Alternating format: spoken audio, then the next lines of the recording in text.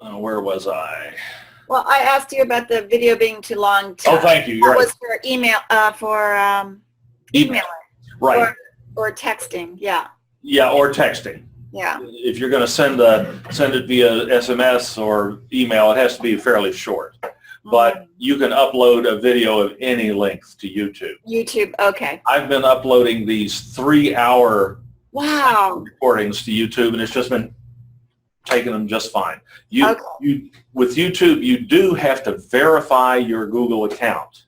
Okay. In order to upload a video that's longer than 15 minutes. Okay. Google will ask you to do that when you first sign up. Chances are you've done that long ago.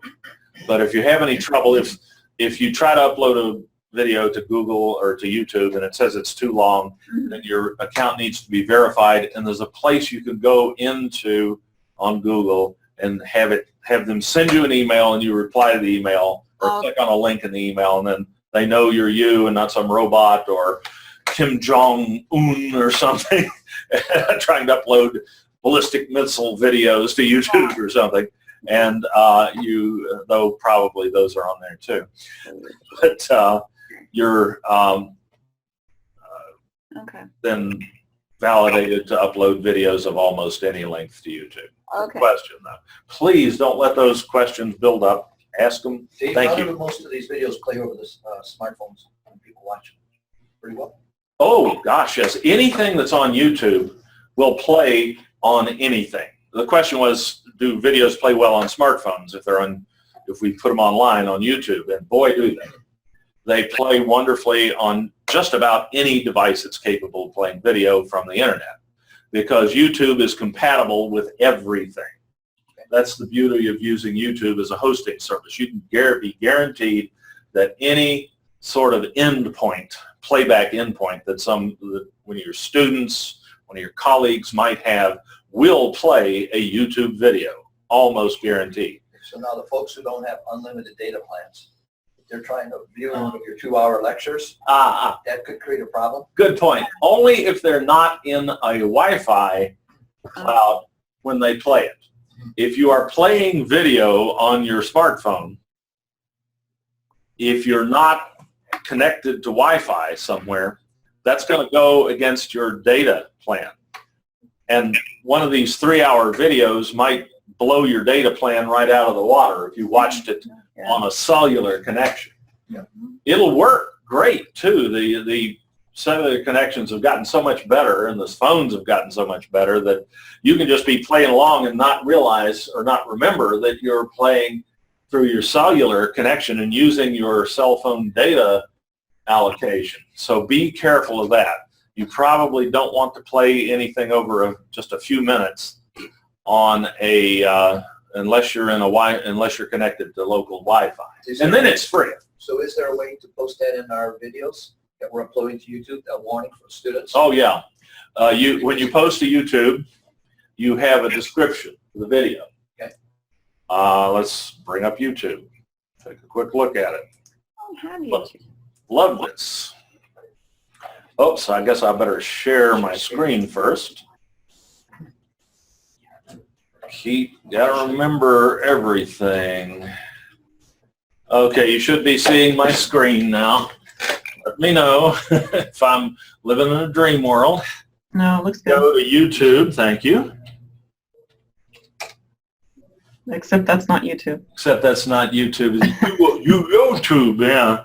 My mother told me to learn to type, and I didn't listen to her. I have no idea why Nutrisystem just popped up there. Because Maria's there. I think I went to something other than YouTube there for a moment, but here's YouTube. And let's just find a video. Let's see, who am I logged in as here? Can you repeat what Pete's question was? Putting a warning up there for students Thank about make sure they're not using their actual cellular data. A time limit or something like that to warn them or suggest that they use Wi-Fi. Okay. Which is true for any YouTube video they're going to watch, not just the videos that we're giving them. Right. Right. But I'm talking about one of Dave's 2-hour presentations. Yeah. Primarily, or our beware this. You don't want to watch this on your cellular connection. You can just do that by going to a YouTube video. I guess I better, let's see here, get this out of the way, and better sign in as a user that actually has some videos up there.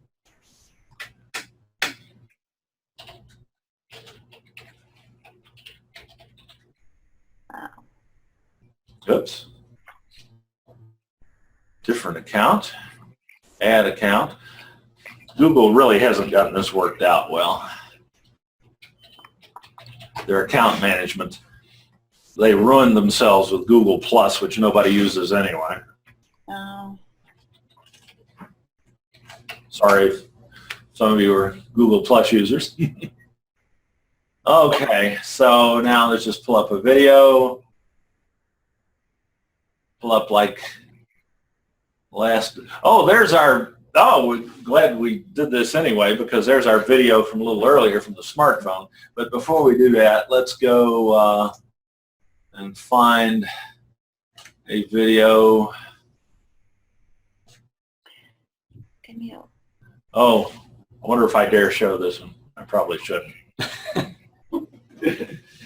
In homage to the great late George Carlin, this is the Hippy Dippy Weather from the Hippy Dippy Weather Man. Mm-hmm.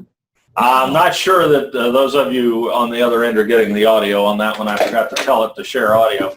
But you can see that it's a pretty bad day around the country there. There's a description that you can edit on your YouTube video right here. Okay. And you can put any in big letters, any warnings if you wish. Good, thank you. Okay. Now let's go back and look at the video we just put up there on the smartphone. And let me stop the screen share and reshare and make sure that you can hear this now. Okay, now you should be able to hear the video playing as well as see it. Okay, Pete, how are you doing today? The camera, right? Yeah, we can hear that. Remember, I'm shy. oh, there you go. I'm doing fine, Dave. Thank you. How are you doing? Great. It's great to have you here. Glad to be here. In a minute, when I'm sure everybody's made it here, I'm going to ask everybody to introduce themselves. Okay, we'll wait till we get past this first segment here. And then I can roll in. Quality looks great Welcome. from your phone. Just look at the quality. Oops. There's Michael T-Mog. And I can pan, tilt, and zoom in and out with the smartphone. And Yolanda, welcome. So we've got all right, so that worked like a shot, and it's even captioned already. Oh. Note that YouTube automatically captions anything you upload, almost anything. I'm not sure it captioned the weather report there. It probably used one of the words you're not supposed to use on the air, and they may have down-checked that one. But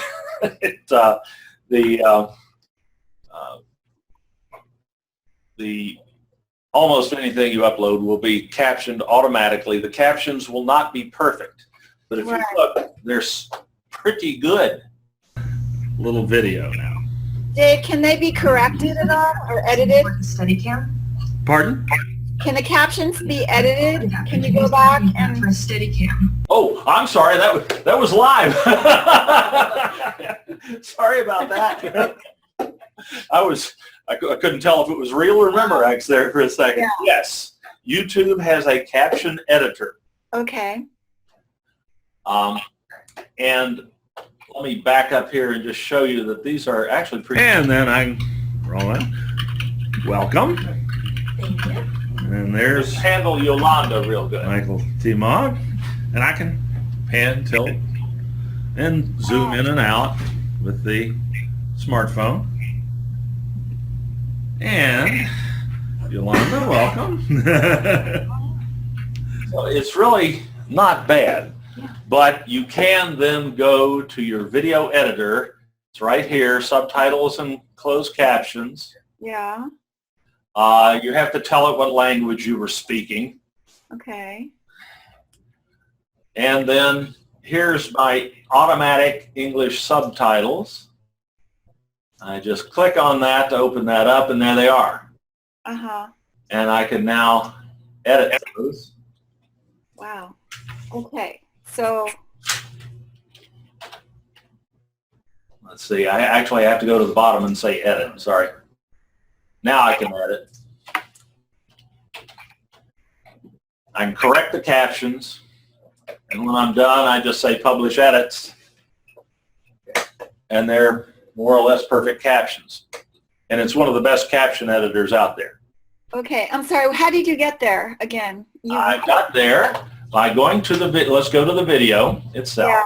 Let me get out of the subtitles thing here.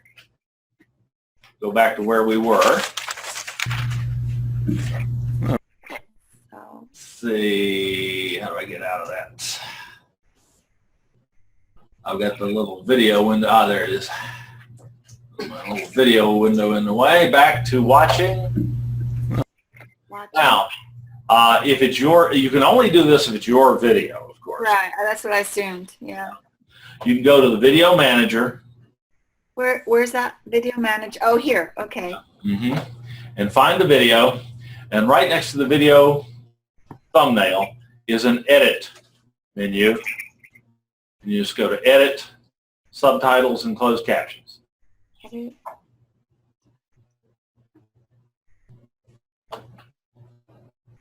Okay. Another way to do it is to just, when you, again, go to the video itself, and they do keep changing. Unfortunately, Google has a way of playing with that YouTube interface a lot. So it may change from time to time, I'll warn you. Okay. But let's go to the video itself. And if it's your video, you'll see these little edit Okay. icons right below the video. And there's the closed caption one. Okay. And that'll take you right to the closed caption section and editor. You'll probably have an English automatic track there already. And once you edit that a little bit and save it, it just is labeled English. And that's the one that's actually displaying. Okay. Click on that, then you can go back in and edit that some more. And I don't care. Sorry. Drop boxes. You can edit to your heart's content, playing the video past this first segment here. And then so you listen, type. And then when you're done, you just publish the edits. And that updates your edited caption track. And that's all there is to it. Editing captions in YouTube is about, the YouTube caption editor is about the simplest one out there. And it's one of the most functional too. Dave, Yes. how do you control who can see the video? How do the question is, how can you control who can see a YouTube video? You go to the first little edit icon, info and settings. And under info and settings, there are a number of things you can edit, but one of them is the visibility of the video.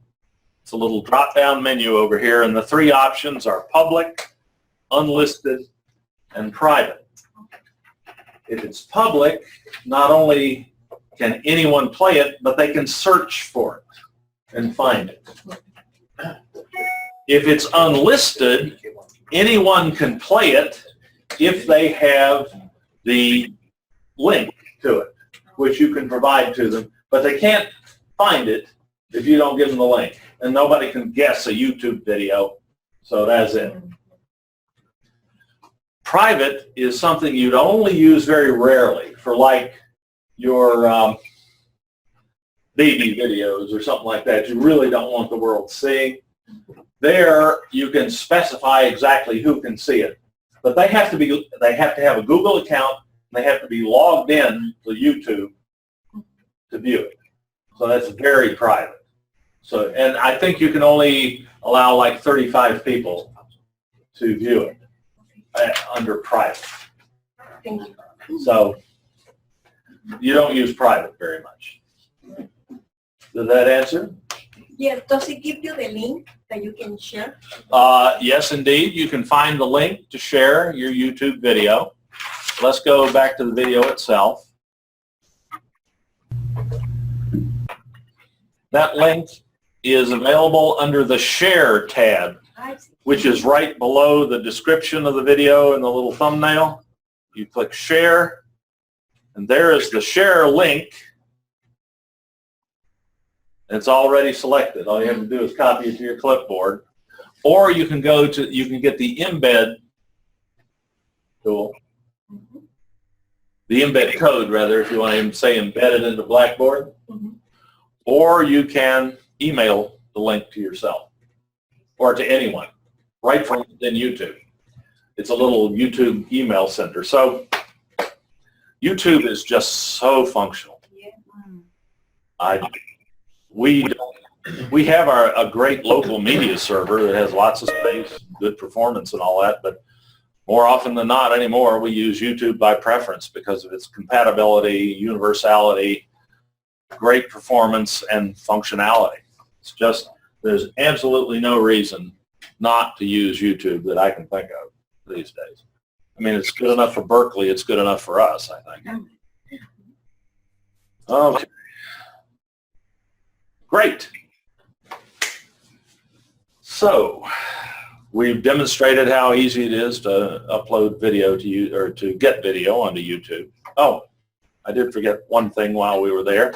That's something you're going to want to see. Let me go back to screen share real quick and go back to YouTube. There we are.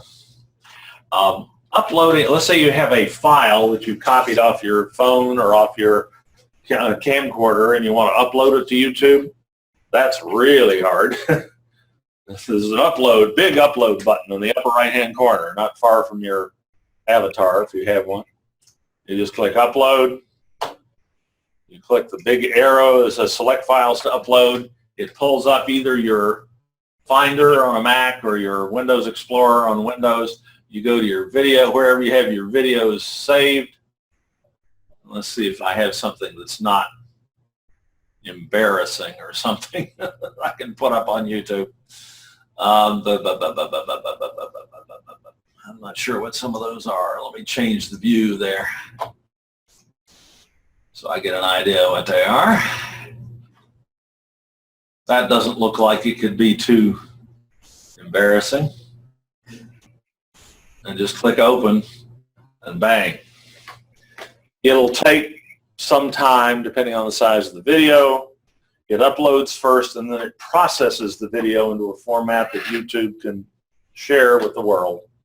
And when that's done, you can just publish it and it's available for the world to see.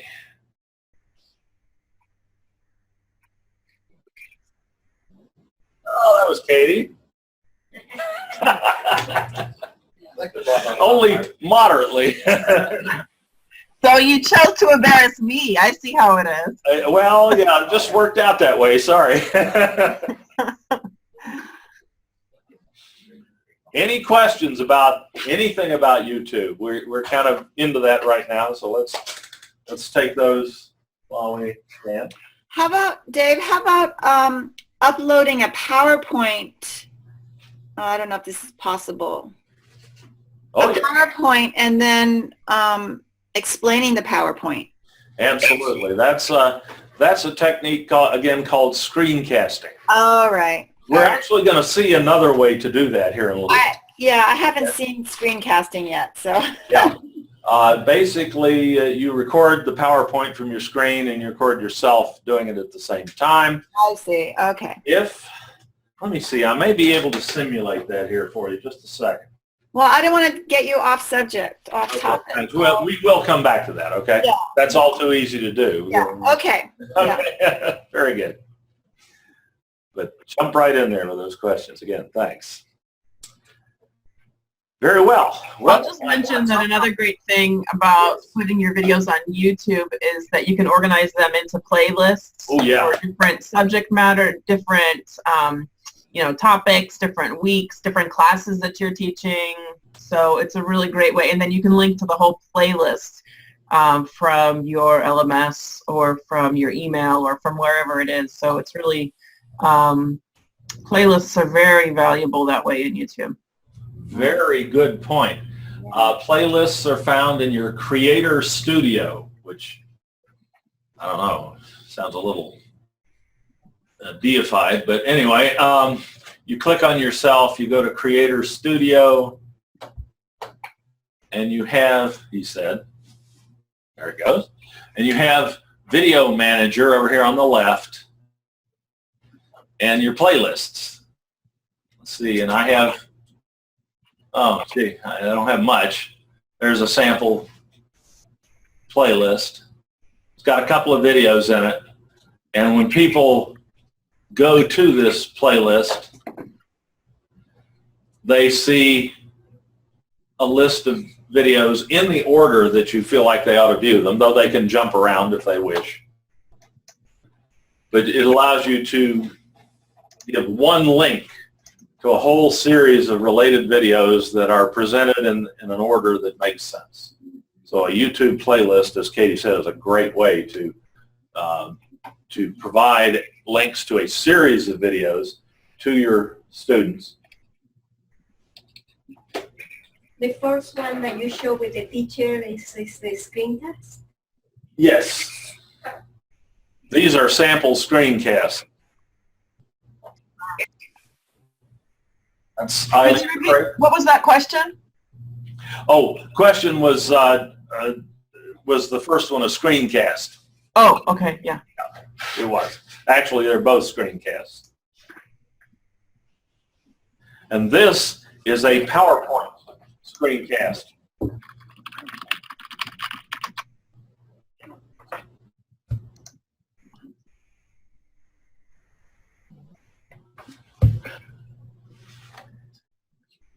And of course, they don't have to be in English. Well, this one, I wonder if it tried to caption that. Well, YouTube will caption in other languages as well, automatically, if you ask it to. And for screencasting, that's in Camtasia Studio. There are just a veritable plethora of ways to do screencasting. Okay. We're going to see a very simple one here in a little while, but screencasting tools include Jing, Snagit, Screencast-O-Matic, Camtasia Studio, Camtasia for the Mac, Camtasia Relay, and probably a dozen more that I'm not thinking of right now, many of which are free.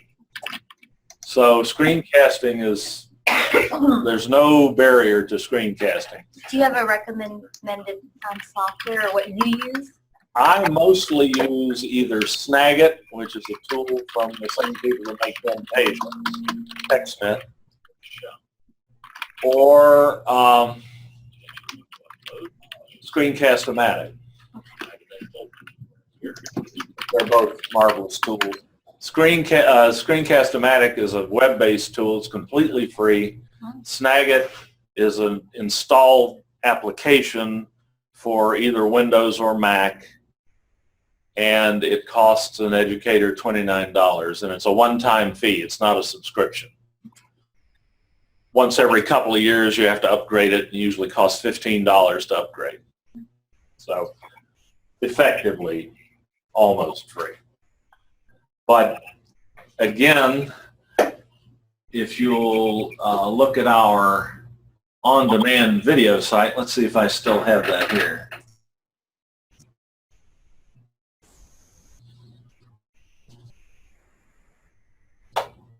Actually, we want Get Real, sorry.